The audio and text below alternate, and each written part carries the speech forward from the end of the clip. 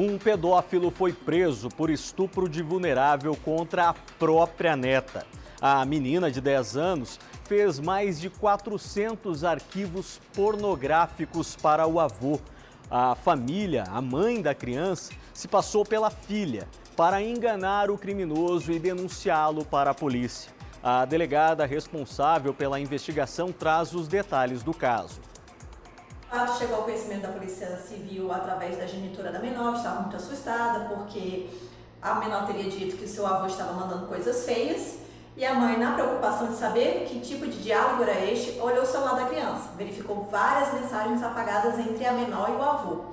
Nisso, o avô mandou um oi e o avô, no caso o avô materno, pai da mãe, começou a dialogar como se estivesse falando com a menor. O padrasto se aproximou e tanto a mãe como o padrasto começaram a conversar com o avô como se estivesse conversando com a menor.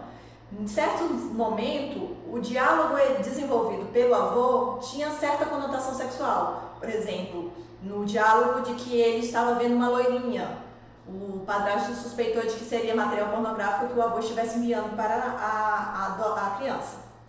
No decorrer da conversa, o avô suspeitou de que poderia não estar conversando com a criança, pediu uma fotografia desta. A mãe mandou uma fotografia para se passar pela criança e em seguida o avô começou a falar sobre objeto grosso, se ela gosta e tal, e mandou uma foto do seu órgão genital.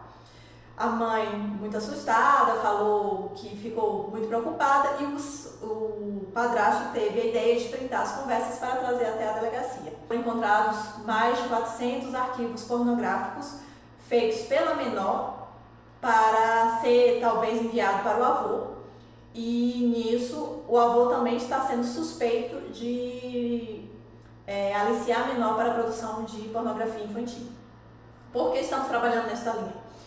Além das várias mensagens apagadas, pela conversa que se desenvolveu entre o avô e a mãe da criança, ainda acreditando que estava falando com a menor, dá para perceber que o conteúdo que ele estava encaminhando para a menor, que provavelmente seria apagado, seria material pornográfico. E que quando a criança estava nesse diálogo, ela tinha acesso a esse tipo de material.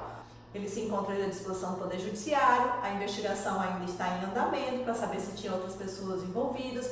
O celular do autor foi apreendido para fins de extração, contudo, nem o WhatsApp mais esse aparelho tinha. Todas as conversas tinham sido apagadas. Porque assim que ele parou de conversar com a menor, ele suspeitou de que os pais tivessem descoberto. E aí, tanto que quando a polícia conseguiu o mandado de prisão preventiva, o autor já não se encontrava mais no endereço e tinha deixado de ir ao local de trabalho. Depois de algumas investidas e trabalho investigativo, ele foi localizado e preso preventivamente.